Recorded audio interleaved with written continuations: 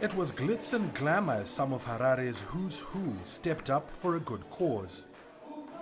Oliver Mtukudzi has expanded his empire, lending his name to a shoe collection. And like his music career, it seems to be a roaring success. But life hasn't always been this easy for the veteran crooner. I didn't have shoes when I grew up. I think I had shoes when I was almost finishing my primary school. And my father bought us a pair of shoes that we shared, me and my young brother.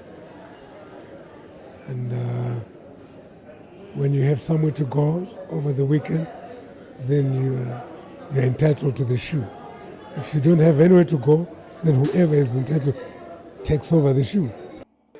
Mtukudzi is determined to make sure other children don't have to go through what he did. Proceeds from this auction will go towards shoes for pupils who walk to school barefoot. 8 special edition pairs were up for grabs, all of them collector's items. For some of the punters, it was about more than just snapping up a snazzy pair of shoes.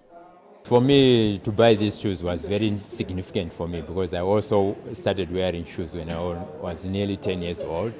And I know what it was like when I grew up in Mrewa, when we used to walk through the water, through the grass where there was water going to school. It was very painful because there was some grass which would cut our feet.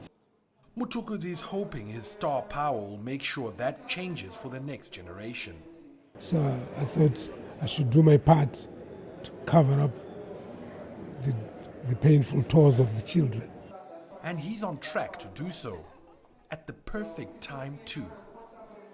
'Tis the season to be jolly, and indeed, lots of joy and smiles will be brought to the faces of hundreds of underprivileged children this festive season, courtesy of one of Zimbabwe's music superstars.